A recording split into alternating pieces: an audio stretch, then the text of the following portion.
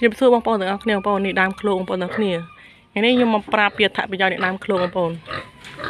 នេះស្លឹករបស់វាបងប្អូនទាំងអស់គ្នាយើងយកដាំទឹកហូបបងប្អូនអ្នកមានគ្រូក្នុងតម្រងនោមបងប្អូនអានេះអាចថាជាជំរឿសចុងក្រោយចឹងបងប្អូនអាចសាកល្បងធ្វើបានណានិយាយទៅនេះគឺខ្ញុំធ្វើបានផលបងប្អូនទាំងគ្នាមកខ្ញុំហ៊ានចែករំលែកបងប្អូនទាំងអស់គ្នាបងប្អូនកុំភ្លេចធ្វើការ share វីដេអូខ្ញុំម្នាក់មួយផងបងប្អូនណាដើម្បីឲ្យអ្នកដែលមានបញ្ហាគាត់បានដឹងអញ្ចឹងណាបងប្អូន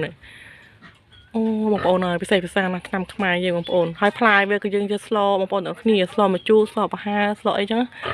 ស្លកកូរស្លអីបងប្អូនចង់ស្លអីស្លនឹងបងប្អូនទាំងគ្នាហើយបន្លែវាគឺឆ្ងាញ់មែនទែនបងប្អូនទាំងគ្នារបស់ធម្មជាតិចឹង